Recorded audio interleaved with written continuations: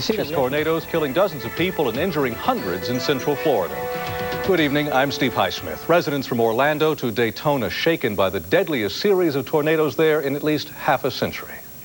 I find some stuff for me. They're trying to find my cats. And the search goes on for 13 people still missing following a swarm of tornadoes tearing through hundreds of houses, trailers, and businesses, injuring 250 people, including a 16-year-old girl blown 150 feet out of a window and into a cow pasture. A 73-year-old woman eyeing the debris cried she's too old to start over and wished the tornado had taken her. The twisters have claimed at least 38 lives, including a toddler ripped from a father's arms. The winds reached 210 miles an hour, throwing bodies and cars into trees. The survivors picking through rubble consider themselves lucky. I'm lucky to my neighbors. They're dead. I'm alive. And so you can consider that real lucky, though. You know, I'm here and they're gone. The twisters spared Disney World, Universal, and SeaWorld. That same storm has brought heavy wind and rain to the Delaware Valley. In Wilmington, the wind swayed trees and made drivers slow down a little. Not a day to be caught outside with your umbrella, without your umbrella, and it's bad again tonight. Now, no word yet if the weather played a role in the serious crash involving 3 tractor trailers and a car on southbound I-95 near Vine Street tonight. An 18-year-old man and 17-year-old woman were injured. They're both in stable condition tonight at Jefferson University Hospital. Heavy rain today throughout the region. Julie Bologna's here now with more on the storm. Julie? Steve, that same storm system that moved through central Florida is now affecting us. It is the same storm as it continues to pump more moisture in from the Atlantic. We are seeing this nor'easter continue to take shape. We're talking about heavy rains.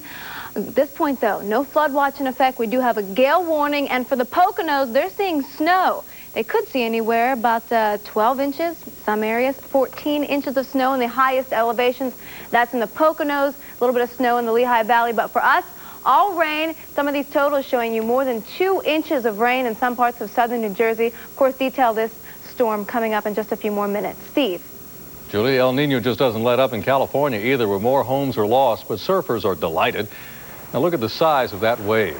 40, 50 feet, it looks like. A surfer's joy is a rain and wave-battered homeowner's fear, however. No word on what happened to the surfer there. Hundreds of residents have been forced from their homes as California goes through one of its wettest winters ever.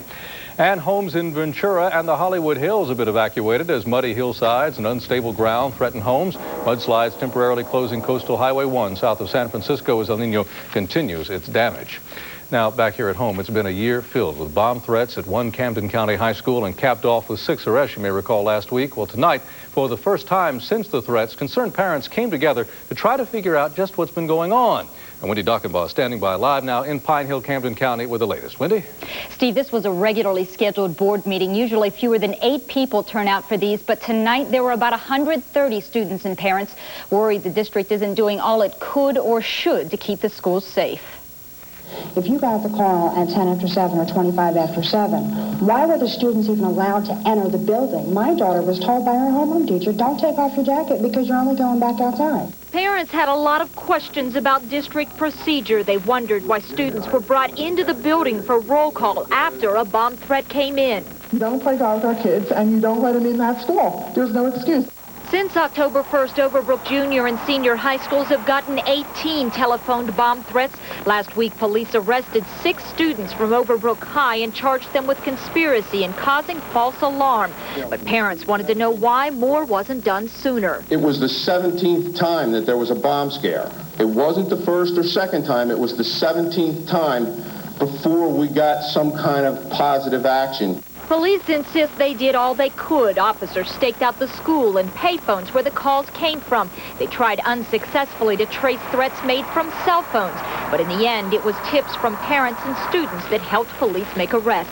I can understand your frustration, believe me when I tell you that. But you weren't as frustrated as I was. As far as the investigation, the police chief says it is ongoing. He expects to make at least 1 more arrest and says once they learn exactly who did what, there will be additional charges as well. Live in Pine Hill, I'm Wendy Dockenbaugh. Steve? Thank you, Wendy. Elsewhere this evening, New Jersey Governor Christie Whitman pumping her fist into the air on word that the U.S. Supreme Court has upheld Megan's law. The court refused to hear a challenge. State Attorney General Peter Venero, however, warns against vigilante attacks on sex offenders. Several convicted sex offenders have now unsuccessfully argued that the law, which allows allows police to notify neighborhoods when an offender moves in, creates additional punishment for their crimes. Word tonight that Saddam Hussein may have won concessions in exchange for allowing UN inspectors to do their jobs. As America pulls its finger off the trigger, UN officials tonight are indicating the agreement Secretary General Kofi Annan will formally present tomorrow in effect promises Iraq that economic sanctions will be eased with compliance. President Clinton today gave his tentative approval to the agreement with a warning. If Iraq fails to comply this time, to provide immediate, unrestricted, unconditional access to the weapons inspectors, there will be serious consequences. It's likely American forces will remain on alert in the Gulf until at least the end of March. Margie Smith is standing by now. Live in the newsroom, a local reaction tonight to the apparent end of the showdown with Saddam. Margie? Well, Steve, just like in Washington, reaction here in Philadelphia, both official and unofficial, is marked by relief, caution, and skepticism. You know, nobody wants to go to war. As President Clinton announced his tentative acceptance of the UN deal with Iraq, South Philadelphia residents watching at the Spin Cycle laundromat said they were relieved. But many said even if Saddam Hussein doesn't clean up his act, they're still against attacking him. For what? What is that going to solve? No, definitely not. As long as we're not fighting, play the waiting game. There's nothing wrong with that. Talk until you can't talk anymore. But Daniel Pipes, editor of the journal Middle East Quarterly, says there is no talking to Saddam Hussein. He's a moral monster. He's a completely evil person, and his word is worthless. Pipes says the U.S. needs to be prepared to deal with what Saddam does, not what he says. At this point, Saddam is jerking our chain. He just, anytime he wants, creates a crisis, and we have to respond. We have to build up our forces. We have to spend money. We have to have an intense political debate. We can't allow him to do that. Delaware Senator Joe Biden says one way to make sure Saddam keeps his word is to keep U.S. troops in the Gulf. A robust force should stay on station in the Middle East in the event it turns out that Saddam decides, once we start to implement this agreement, that he backs away from it. But Pennsylvania Senator Arlen Specter says only one thing will bring an end to the Iraqi leader's threats. The ultimate answer is the removal of Saddam Hussein as Iraq's leader. Now, in 1991, after the Gulf War, Specter pressed the Senate to indict Saddam Hussein as an international war criminal. He says he will try that again now and says given Saddam's many crimes against humanity, an appropriate sentence would be the death penalty. Live in the newsroom, I'm Margie Smith. Steve? Thank you, Margie. It's shooting here in the U.S. that concerns many people. A plea for gun control on the anniversary of the Empire State Building attack.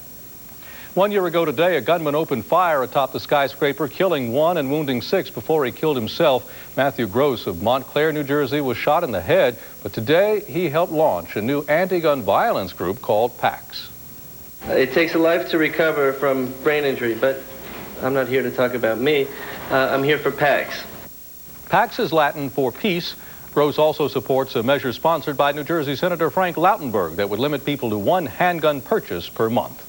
It wasn't a gunshot, but a beating that took a Montgomery County woman's life. Jim Sinkovich says Upper Marion Township police are questioning dozens of people, but have arrested no one yet in the murder of a popular dance instructor.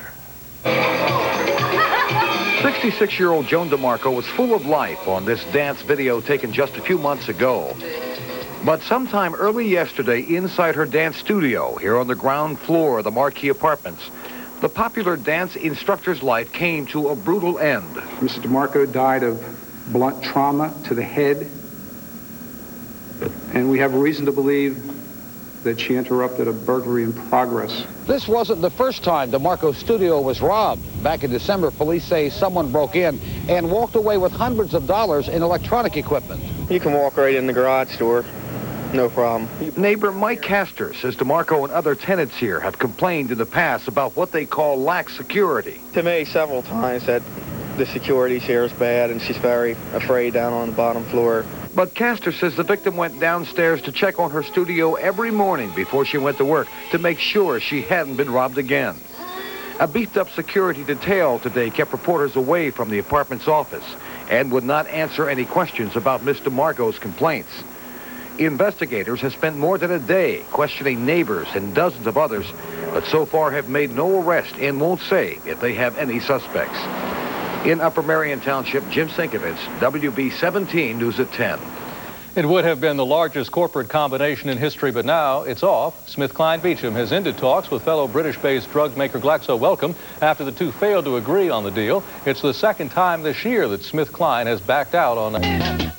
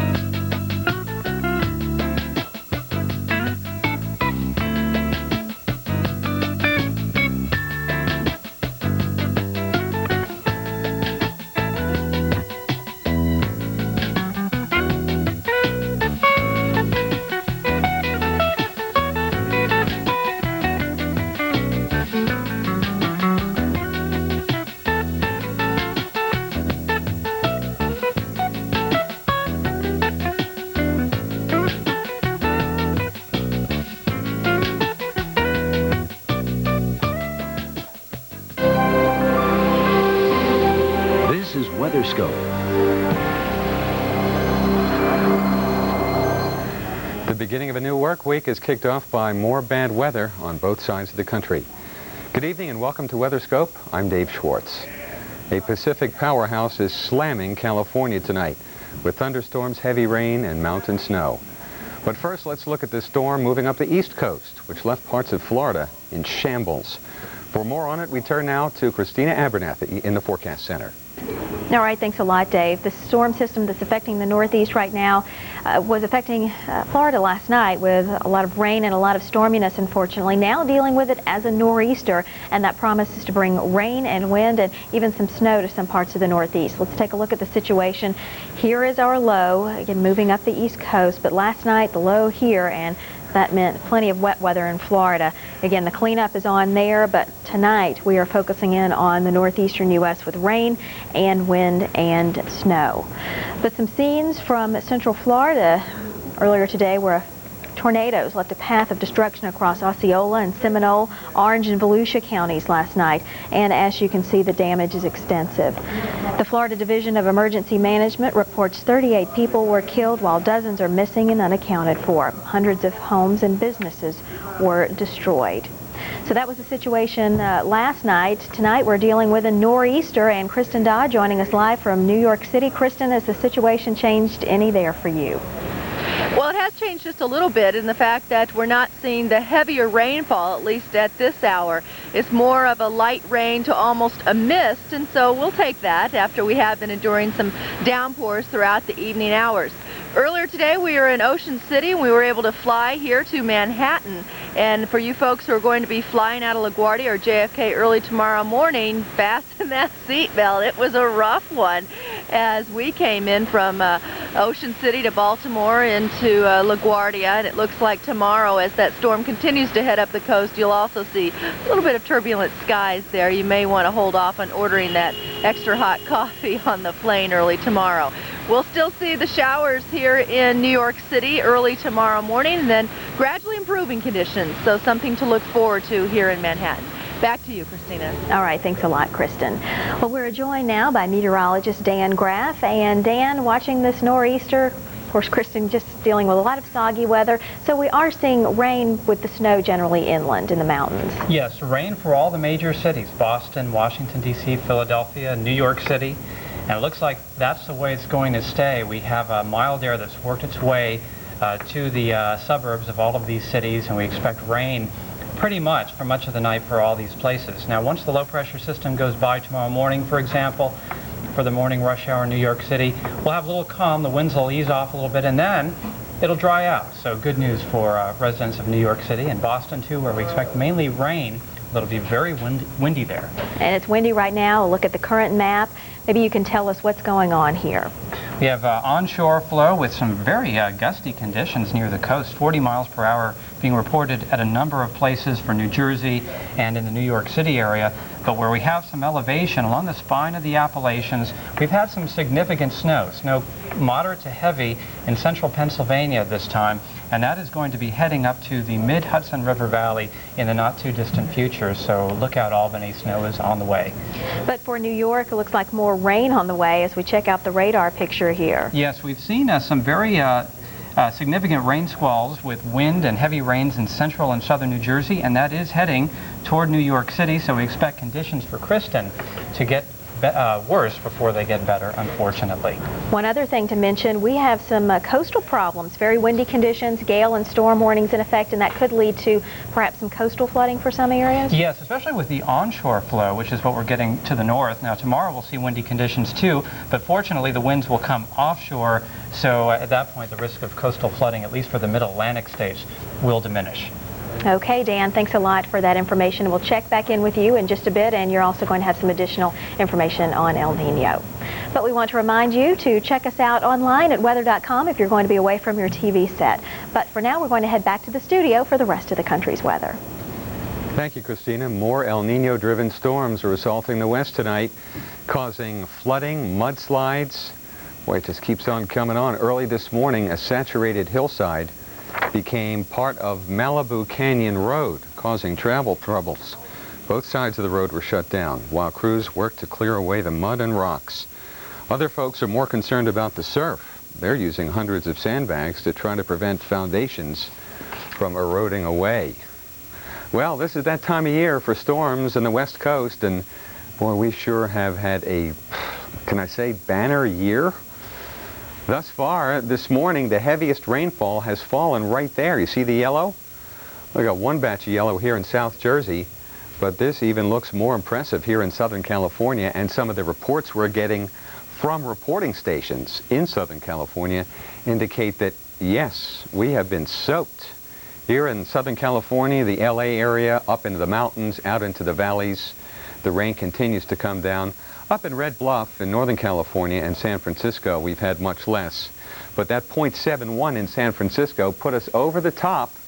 This is the wettest rainy season on record this century in San Francisco. We've had, I believe, 38 inches of precipitation, of course, all rain in San Francisco.